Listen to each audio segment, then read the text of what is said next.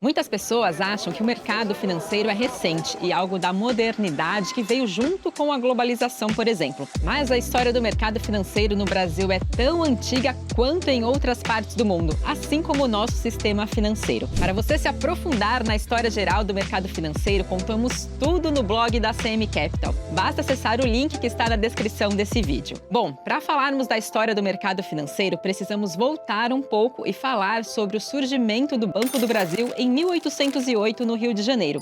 E para falarmos do Banco do Brasil, temos que voltar mais ainda para Dom João VI. Nascido em 1767, Dom João foi um dos príncipes reais de Portugal. Apesar de não ter a pretensão de ser rei, nem príncipe de nenhuma das colônias portuguesas, tendo em vista que seu irmão seria o próximo da lista a assumir o trono da coroa. Mas em 1788, seu irmão Dom José faleceu, dando assim o trono para Dom João. Na época em que isso aconteceu, como você deve ter estudado na escola, o gigante príncipe Dom João tinha apenas 8 anos de idade. Ele foi treinado até assumir a regência do reino em 1799 e teve que sair de Portugal por causa da pressão da coroa portuguesa. Antes dele desembarcar em Salvador, instituiu a primeira faculdade de medicina do país e decretou a abertura dos portos às nações amigas, ou seja, abriu os portos brasileiros para que negociássemos com outros países. Antes disso, os portos só podiam receber embarcações portuguesas.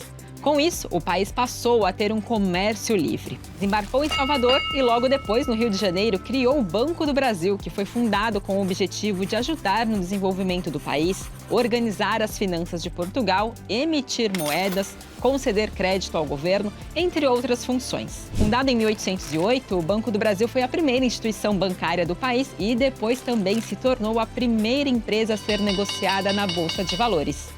Em 1829, o banco enfrentou sua primeira crise devido à independência do Brasil, declarada em 1822, pois com ela aconteceram momentos de instabilidade econômica. O Banco do Brasil foi reaberto em 1851, durante o reinado de Dom Pedro II, de uma forma mais estruturada e com o país em um período mais estável. Nesse momento, o banco foi fundamental para apoiar o desenvolvimento agrícola e industrial, que se encontrava em uma fase muito inicial. O Banco do Brasil desempenhou um papel relevante no desenvolvimento do sistema financeiro brasileiro, especialmente após a sua reabertura em 1851. Ele contribuiu para a formação de um mercado financeiro um pouco mais desenvolvido, mas o conceito do sistema financeiro nacional que conhecemos hoje não estava completamente formado nesse período, é claro. Vale destacar também que antes de existir, de fato, a Bolsa de Valores, as negociações se davam diretamente na rua pelos comerciantes. Existiam também negociações diretas de títulos da dívida pública da coroa portuguesa para os brasileiros ricos, donos de engenhos, por exemplo, mas o banco também foi fundamental para a estruturação do mercado de crédito, pois com seu retorno passou a negociar créditos. Tudo isso citado foi uma preparação para a estruturação de uma bolsa de valores oficial, até mesmo por necessidade devido ao desenvolvimento do país. Contudo, logo após 1851, o Brasil enfrentava desafios econômicos e políticos, sofrendo principalmente com uma instabilidade por causa da coroa e da oposição crescente ao modelo monárquico. No período, a economia cafeeira era a principal força motriz da economia brasileira, e São Paulo e Rio de Janeiro eram os centros da produção e exportação de café, o que começava a gerar a necessidade de um mercado financeiro mais organizado devido à demanda. Em 15 de novembro de 1889, tivemos a Proclamação da República, o que foi uma mudança na forma de governança do país, alterando também o modelo econômico. Como falado anteriormente, a maior fonte de renda do país era o café. E no momento, a negociação era em grande quantidade, interna e exportadora, o que gerou uma necessidade de um mercado financeiro. Com o cenário mudado e mais favorável com a vinda da República Federativa, o mercado financeiro foi adaptado e, de certa forma, inaugurou uma forma um pouco mais estruturada. Além disso, no mesmo ano, foi fundada a Bolsa de Valores do Rio de Janeiro e, em São Paulo, a Bovespa, a Bolsa de Valores de São Paulo. Bom, na verdade, não era ainda a Bovespa como conhecemos hoje. Antes, era a Bolsa Livre de São Paulo, criada em 1890 por Emílio Rangel Pestana. Um adendo, a Bolsa de Valores do Rio de Janeiro operou por 155 anos, tendo grandes efeitos na negociação no mercado de grande volume negociado. Foram 4 bilhões e 686 milhões de reais ao longo de 62 pregões. No entanto, teve suas atividades encerradas nos anos 2000. Atualmente se estuda a possibilidade de reabertura da bolsa e há esforços para que isso ocorra. Dando continuidade à história, o paulistano Emílio Rangel, nascido em 1848, foi responsável pelo desenvolvimento do mercado financeiro, sendo pioneiro na criação de instituições financeiras de investimento. Rangel é lembrado principalmente pela sua atuação na criação da Bolsa Livre de São Paulo, ou seja, foi precursor na criação da nossa Bolsa de Valores, a Bovespa, e criou a base para a formação da B3, Brasil Bolsa Balcão. Pulando um pouco no tempo, vamos para o ano de 1917, pois temos o marco da criação da Bolsa de Mercadorias de São Paulo, que representa um marco fundamental na organização e desenvolvimento de commodities no Brasil. Durante 75 anos, a Bolsa de Mercadorias de São Paulo teve um papel importante em todos os aspectos de comercialização do algodão e do café. O principal objetivo por trás da criação era desenvolver negócios de futuros no mercado de algodão, pois o país tinha um forte comércio externo. Durante sua existência, o número de contratos futuros negociados na Bolsa mostrou enormes flutuações, com alguns anos quase 100 negócios, e em outros com um volume de contratos representando quantidades superiores à própria safra. Por conta disso, no futuro, em 1991, a Bolsa se fundiu com a BMF, atual Bolsa de Mercadorias e Futuros. Mas voltando ao contexto pós-criação, anos depois tivemos a tão conhecida crise de 29, o crash da Bolsa, também conhecido como a Grande Depressão, que causou fortes impactos no nosso mercado nesse período. Na verdade, em 1931, tivemos a crise do café. Entre 1931 e 1944, o Brasil queimou 78,2 milhões de sacas de café para tentar controlar o preço do café no mercado. Os Estados Unidos eram, na época, os maiores consumidores de café do nosso mercado, e 50% do valor gerado para o país vinha da exportação do café. Dessa forma, quando aconteceu o crash de 1929 nos Estados Unidos, passou a diminuir o consumo, o que afetou a exportação e a cotação do café por muitos anos. No início de 1929, uma saca de café no Brasil valia por volta de 20 mil réis. No final do mesmo ano, a saca valia 40 mil réis.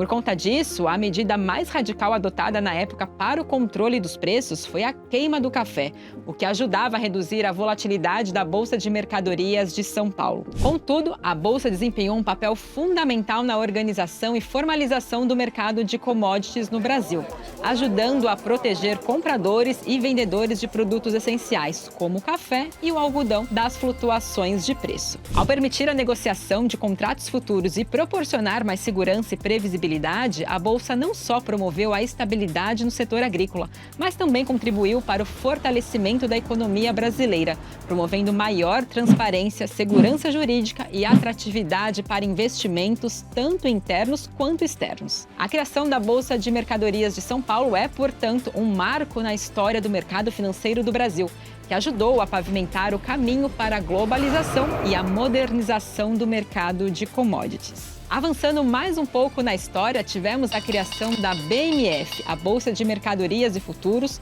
e a fusão com a Bolsa de Mercadorias de São Paulo. A fundação dela foi um marco importante para o desenvolvimento do mercado financeiro brasileiro, principalmente quando falamos de derivativos, pois a BMF se provou mais avançada tecnologicamente e sistematicamente. Dessa forma, a fusão com a Bolsa de Mercadorias de São Paulo foi a solução para a inconsistência de liquidez, tornando o mercado muito mais consistente em negociações de mercado futuro. Mas faça um adendo aqui para que não se confunda. Quando estamos falando de BMF, a Bolsa de Mercadorias de São Paulo, estamos falando de derivativos, ou seja, contratos futuros de commodities, dólar, índice, entre outros. Não estamos incluindo ações nessa negociação. Dito isso, volto historicamente para tratar das ações e a criação da Bovespa. Como disse anteriormente, Emílio Rangel foi o responsável por criar a Bolsa Livre de São Paulo, que foi a tentativa de organização do mercado. Isso datado em 1890. Nessa época, o mercado ainda era pouco estruturado e negociava ações de transporte e o próprio Banco do Brasil. Pulando historicamente, tivemos em 1965 outro marco muito importante para ser destacado, em um período em que o nosso mercado começou a se desenvolver de forma mais assertiva e séria. Houve surgimento no Brasil das sociedades corretoras, em substituição aos corretores oficiais que faziam o serviço de corretagem. Mas, em vez de ser uma instituição, o mercado era focado em pessoas. A instituição ganhou autonomia administrativa e deixou de ser subordinada à Secretaria da Fazenda. Além disso, no ano seguinte, surge o nome oficial de Bolsa de Valores de São Paulo, a Bovespa. E em 1968, a Bovespa lança o Ibovespa, ou seja, o índice com as principais ações do mercado servindo como referência. Esse desenvolvimento mais célere do mercado se deu muito também pelo momento histórico conhecido como milagre econômico que o país vivia, com um rápido crescimento econômico e o PIB entregando taxas bem altas. O próximo marco que temos é a chamada modernização das Correios.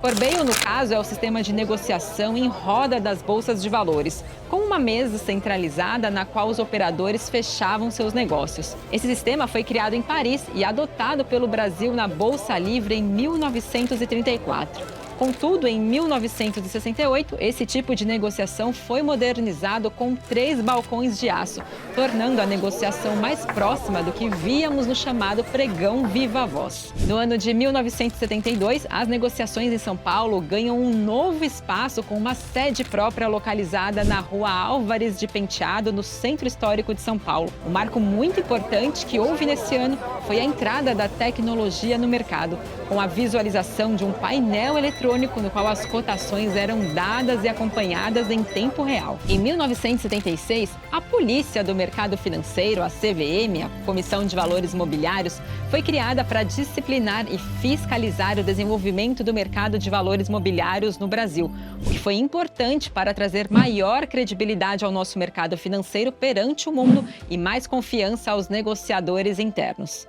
E aqui temos o início de uma modernização mais acelerada, com lançamentos e feitos muito maiores no nosso mercado, como o lançamento de um espaço para negociações da BMF, a inauguração da CETIP, a unificação de todos os mercados regionais nos anos 2000, o último pregão Viva Voz em 2005. Inclusive, destacando o pregão Viva Voz, com histórias incríveis do seu funcionamento, faremos um vídeo contando todo esse momento com histórias reais do mercado. Você sabia de todos esses detalhes da história do mercado financeiro brasileiro? Conte aqui nos comentários e aproveite para deixar sugestões de quais outros assuntos relacionados ao universo dos investimentos você gostaria que contássemos a história por aqui. Até a próxima!